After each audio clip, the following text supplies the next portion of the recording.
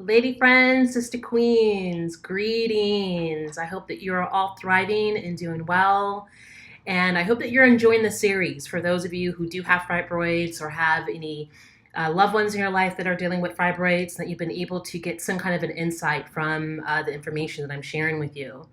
So today is part 3 of our four-part series of Fuck Fibroids, understanding its effect on the womb from a physical, emotional, mental, and spiritual perspective.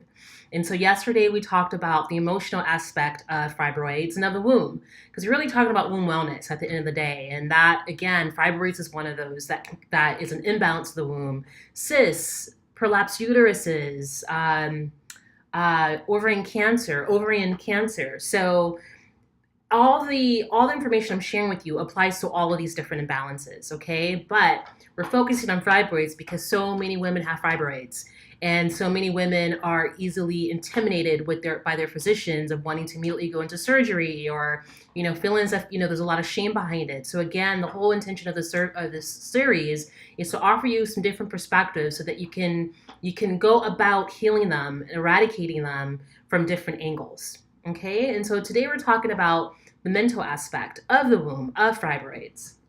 So when I'm speaking of the mental aspect, I'm specifically speaking of the thought processes that comes along with any disease. But again, we're talking about fibroids here. And with our thought processes, it's words that we say. It's words that we say to ourselves. It's words that we say out loud to other people, and those have vibrations. Just as yesterday we were speaking of emotions and how emotions have their own vibration.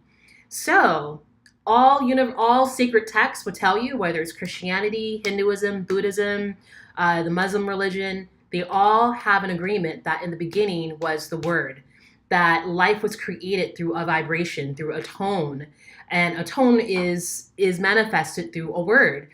For an example, when you think of the word Jesus or Buddha or Om, when you hear these sacred words, it creates a particular emotion within you, or particular imagery when you hear those words. So words are extremely, extremely powerful. And oftentimes you hear the saying that sticks and stones will break my bones, but words would never hurt me. And I feel like that's completely incorrect. Words can hurt. Think about, some people who are super sensitive. Maybe they got into an argument with someone and that could have put them over the edge, and they committed suicide because of something that was said to them.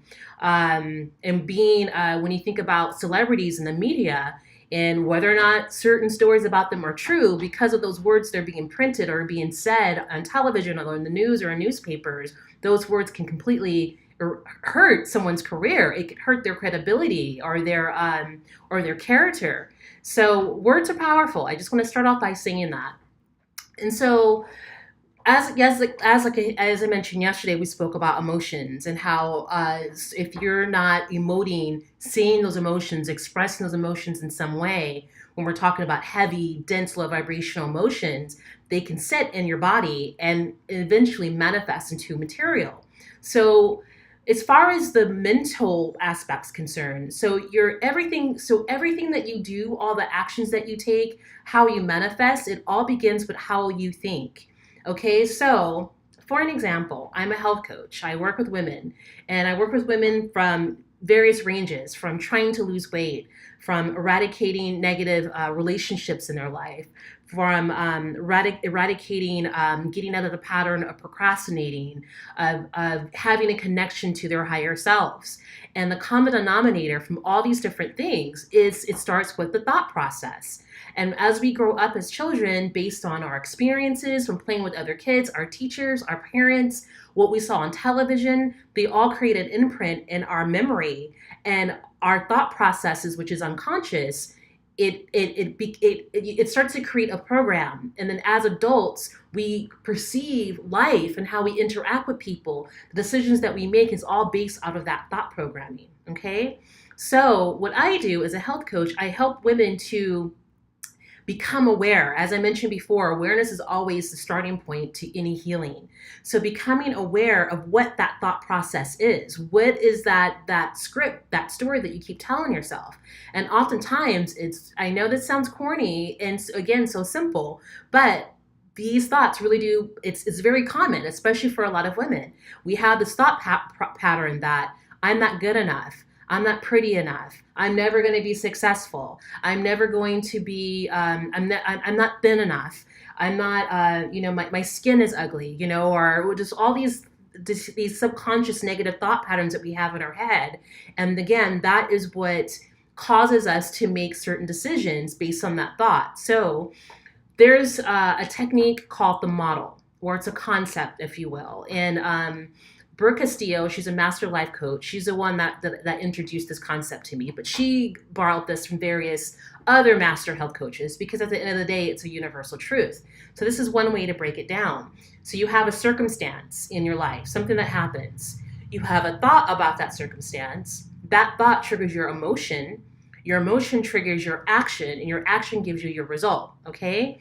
So for an example, what I like to use is I used to have this thought that I wasn't intelligent enough because I'm African American. Because growing up, I was always been kind of like the only African American person in my group of friends. So I went through this horrible, horrible time in my life where I really thought like I'm just stupid. I come from a working class, and because of that thought, whenever I would go and socialize, I would get anxiety. My palms would start turning sweaty, and I wasn't in my power. So when I would show up to these events, if I was in a group within a group of people, and if they're talking and they didn't make eye contact with me, I would think that I wasn't good enough, I wasn't smart enough, and that's why that person wasn't making eye contact with me. And then as a result, I would feel even more nervous. I would enjoy myself at the party, and sometimes I would even leave earlier. And then the result off of that is that I just had an unhealthy social life because of that. And then I feel even more isolated and puts me even more into depression. So I'm just sharing all this with you as a preface about becoming aware of the root of how we start to develop disease. Okay, so where I'm leading at with this is there's many reasons why we get fibroids. Okay, like we mentioned, with the emotion, with the food that we eat, with trauma that we never released to begin with. So as an adult, when you still have these fibroids, if your thoughts are not in alignment with your higher self, if you're constantly playing this record in your head that you're not good enough, that you're not worthy of being loved, you don't know how to be healthy, then those thoughts are going to continue to feed the unhealthy behaviors, which is continuing to feed the fibroids, okay? So again, we're giving you different perspectives of how to look at these fibroids, okay? There is a connection here of being conscientious about your thoughts. So one way that you can start to, what I suggest to my clients is, think about all the unhealthy things you do, whether it's drinking alcohol excessively, whether it's smoking marijuana excessively. It's if you're numbing out, binging on food, binging on television, gossiping, if you're just constantly in a negative state, then what you can start doing is the moment that you if it's food, for an example, the moment that you feel this urge to want to binge on those potato chips, or on that you want to go out and get that cheeseburger or those french fries, stop yourself in that moment and ask, what's going on with me right now? Am I stressed out? Did something upset me? So that you can, so again, it all starts with awareness. If in that moment you can become aware of what the thought is that's causing you to do those unhealthy things, then you can start writing those down, and then you start to see what the pattern is. And then what you can do from there is to begin to use affirmations. And this is why affirmations is so powerful, because what's happening here is, we were talking about muscle memory yesterday, and it's the same thing with the neurotransmitters in your brain. When you have a particular thought pattern, that's a certain frequency that you're running in your brain, those are particular neurotransmitters that you're firing off. But if you start, again, becoming aware, once you become aware, then you kind of stop that unconscious programming that's going on in your mentality. And then you can start implementing the affirmations. And that's why they always say that when you start saying affirmations, it feels corny. It doesn't feel congruent, but you have to do it often, every day if you can, 3-4 times a day if you can, because then what you're doing is you're slowly starting to fire off new neurotransmitters in your brain. It's like a muscle memory. It's like working that muscle that you are worthy, that you are good enough, that you are exactly where you're supposed to be. And so from there, when you begin to implement the positive thoughts, that becomes subconscious. And then all the decisions that you make, it's coming from an unconscious, healthy thought pattern place. I hope that that makes sense, my friends. So that is the mental aspect of how to go about healing fibroids. We're talking about getting to the root. That's what holistic lifestyle is all about. It's about getting to the root of the cause, getting to the root of the disease. And so we talk about the emotional aspect of it yesterday. And today we're talking about how to start becoming super conscientious about what's happening up here in your brain. What is those unconscious patterns that is leading you to self-sabotage your health, that's leading you to just settle with having the fibroids, or just settle with having these imbalances, or not wanting to talk about it, or not really wanting to address it. What's going on in there that's guiding you in that direction? So that's what the mental aspect is. And I would recommend to check out Brooke Castillo on YouTube at the Life Coach School and look up the model. The model is what it's called. And again, what that does, it's like a very tangible tool for you to use to start pinpointing what your thoughts are in those moments when you're taking that action. If you're getting it, like, again, if you're having a hard time losing weight, the result is that you're overweight. So what's the action that's causing you to become overweight? Eating processed foods, binge eating, emotional eating, okay? That's the action. What's the emotion that's causing you to binge eat? You're upset, you're frustrated, you feel shameful, you feel depressed. So what's the thought that's causing you to feel those things? I hope you understand what I'm getting at here, So again, starting to be conscientious about the thoughts that we say in our head, because words have merit. Words are powerful, okay? So that is my segment for tonight about the mental aspect of understanding fibroids.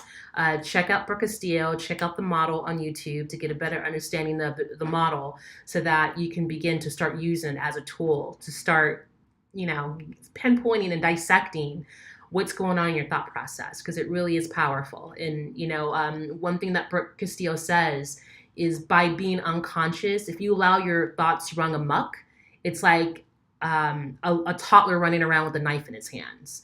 It's just running around causing chaos everywhere it goes. But if you can start taking control of your thoughts, then from there you can take control of your health. And if you have fibroids, that's another way to help take control of that situation, to create that balance in your womb. Okay, so I hope that one was clear. All right, feel free to hit me up if you have any questions, any concerns. Please like and share this video with all the women in your life that that are dealing with fibroids, because there could be that one sister out there that has no idea of any of these concepts, has no idea of, like, oh, I can look at it from an emotional perspective. I can look at it from a mental perspective or a spiritual perspective.